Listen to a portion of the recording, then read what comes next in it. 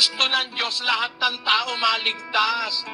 Bakla, tomboy, silahis, lalaki, babae, merong kaligtasan yan.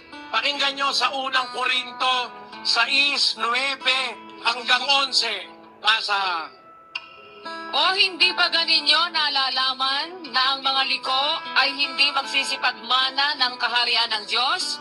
Huwag kayong padaya, kahit ang mga mapakyapi, ni ang mga mananamba sa Diyos-Diyosan, ni ang mga mangangalunya, ni ang mga nagsasababae, ni ang mga mapakyapi sa kapwa lalaki. Ayan na yun.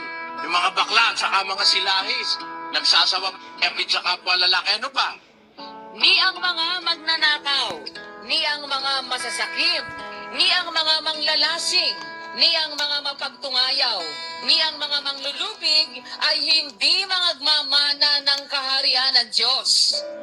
At ganyan ang mga ilan sa inyo, ngunit nangahugasan na kayo. Ngunit binanal na kayo. Ngunit inaring ganap na kayo sa pangalan ng Panginoong Hesukristo at sa Espiritu ng ating Diyos. Iba-ibang klaseng tao, nahugasan, inaring ganap, binanal, may karapatang maligtas lahat ng tao, pati mga nagsasababae, pati mga nakikiapit sa kapwa lalaki. Pag sila ay nagbalik loob sa Diyos at hindi naman sila gumagawa ng masama, maliligtas sila.